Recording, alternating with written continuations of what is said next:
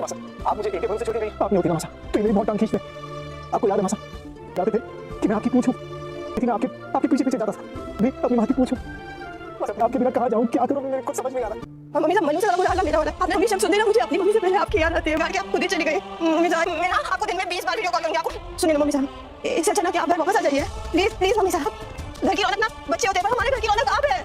आप चली गई ना। सीरियल ये रिश्ता क्या कहलाता है के आने वाले एपिसोड होने वाले हैं धमाकेदार। आने वाले एपिसोड में दोस्तों आप देखेंगे अरमान और अबीरा वीडियो कॉल पे बात करवाते हैं दादी शाह से चाची शाह की, और चाची शाह का पति भी दादी शाह को कहता है माँ साहब आप वापस आ जाएं, हम बचपन में आप मेरी पूछ हुआ करती थी, जहाँ आप जाती थी मैं आपके साथ जाता था, लेकिन आप चली गई हैं, घर की रौनक चली गई है, प्लीज़ वापस आ जाइए। और यहाँ पे चाची शाह कहती है हमारे घर की रौनक आप है माँ साहब, आप जो ना इस घर हर घर में बच्चे रौनक होते हैं, लेकिन हमारे घर की रौनक आप हैं, प्लीज़ वापस आ जाइए। अगर आप वापस नहीं आएंगी तो दिन में 20 बार मैं आपको वीडियो कॉल करूँगी, सोने भी नहीं दूंगी, आप प्लीज़ आ जाइए।